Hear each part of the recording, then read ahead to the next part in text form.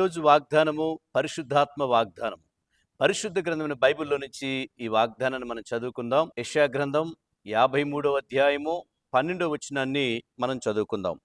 ఏలయనగా మరణము నొందునట్లు అతడు తన ప్రాణమును ధారపోసెను. ప్రభునందు ప్రియులారా, ఈరోజు ప్రత్యేకమైన రోజు.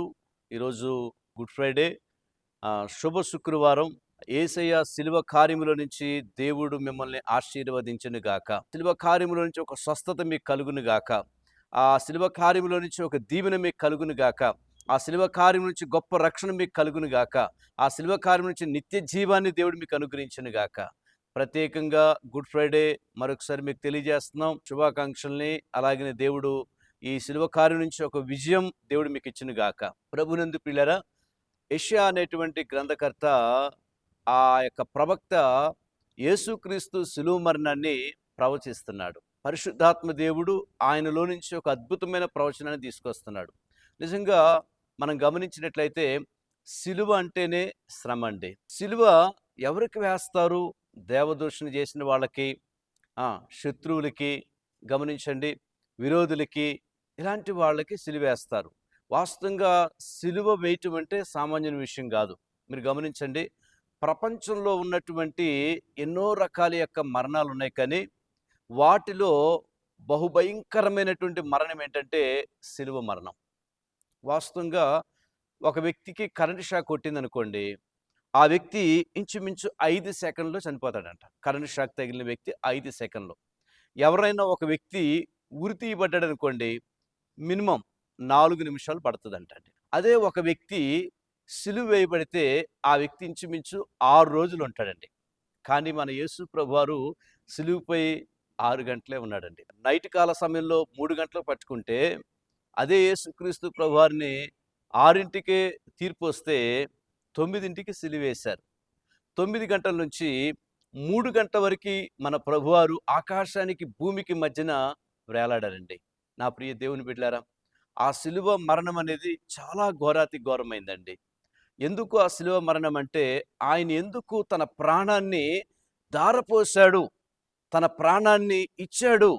ఎందుకు సిలువ మరణం బలియాగం అయ్యాడంటే, నీకు నాకు దాంట్లో నుంచి పాప క్షమాపణ కలగ చేయాలని, నిన్ను నన్ను దాంట్లో నుంచి విమోచించాలని, ఆ భయంకరమైన పాపము నుంచి, శాపము నుంచి, దాని ద్వారా వచ్చే పాతాళము నుంచి, నరకము నుంచి, రెండవ మరణం నుంచి మనం విడిపించబడాలని యేసుక్రీస్తు యొక్క ఉద్దేశము, తండ్రి ప్రణాళిక అది. కాబట్టి ప్రియమైన దేవుని బిడ్డలారా, ఆ ఘోరాతి ఘోరమైన సిలువను యేసుక్రీస్తు ఆయన సహించాడండి. నా ప్రియ దేవుని బిడ్డలారా, ఆయన పట్టుకొని ఘోరాతి ఘోరంగా హింసించారు.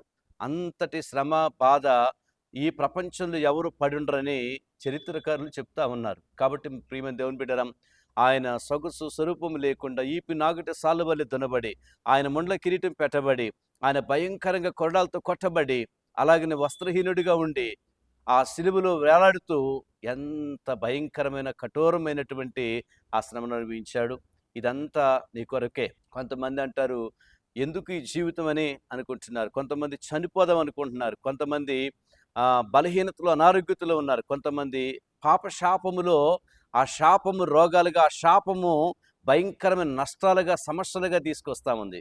కనుక మీకు గొప్ప శుభ శుక్రవారంలో చెప్పేది ఏంటంటే, యేసు ప్రభు వైపు తిరగండి, ఆయన సిలువ వైపు చూడండి. ఆయన సిలువ కార్యములో మనకు పాపక్షమాపణ ఉంది, మనకు విడుదల ఉంది, విమోచన ఉంది, నిత్యజీవం ఉంది. కాబట్టి ఈరోజు ప్రత్యేకమైన రోజును బట్టి ప్రత్యేక కార్యాలు దేవుడు మీ జీవితంలో జరిగించును గాక. ప్రార్థన చేసుకుందాం. మహాపరిశుద్ధుడైన మా యేసు ప్రభువా, నీకు వందనాలు. సిలువలో మీరు సహించిన ఘోరమైనటువంటి, ఘోరాతి ఘోరమైనటువంటి, అది ప్రపంచంలో ఏ మరణం కూడా అంత గొప్పది లేదు నాయన. ఇప్పటివరకు అంత శ్రమను, శోధన మీరు అనుభవించారు నాయన. మీకు స్తోత్రం చెల్లిస్తున్నాను.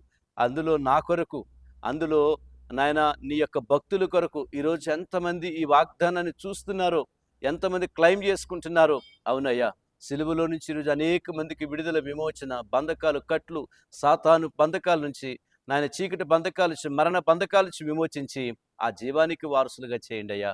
ఈరోజు గొప్ప విడుదలను మీరు ఇచ్చిన రోజు. ఇందుని బట్టి మేము గుర్తు చేసుకుంటూ కృతజ్ఞతలు చెల్లిస్తూ, నాయన ప్రియులు, నాయన ఈరోజు ఎంతమంది ఉన్నారో వారందరినీ ఆశీర్వదించమని, యేసుక్రీస్తు నామములో ప్రార్థన చేసి వేడుకుంటున్నాం తండ్రి. ఆమేన్.